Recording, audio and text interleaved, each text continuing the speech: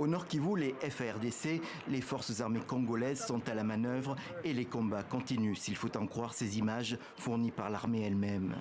Nous sommes à Tchanzu, non loin des frontières du Rwanda et de l'Ouganda, un point chaud des affrontements avec les rebelles du M23 cette semaine. Des combats qui se doublent d'une vive querelle avec le Rwanda, accusé une nouvelle fois par le Congo d'envoyer des soldats pour soutenir les rebelles.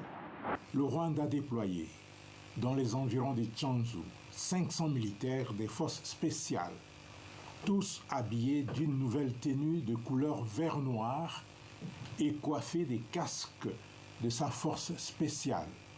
Une affirmation rejetée une nouvelle fois par les autorités rwandaises. Nous n'avons aucun intérêt dans une crise et ne répondrons pas à des accusations sans fondement. Depuis avril, de violents combats opposent l'armée congolaise au groupe Mouvement du 23 mars, le M23, une ancienne rébellion Tutsi. Elle avait été défaite par l'armée congolaise en 2013, mais s'est reconstituée l'an dernier.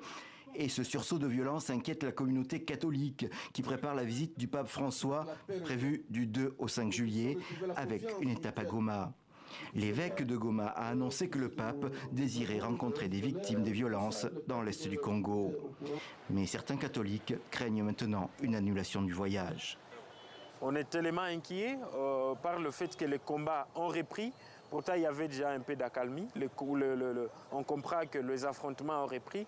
On a tendance à croire qu'ils n'ont que comme mission empêcher l'arrivée du pape. En attendant le pape, l'Église catholique a annoncé en début de semaine qu'elle organisera une marche le 30 juin pour soutenir les FARDC, prier pour les victimes de la guerre et compatir avec leurs familles.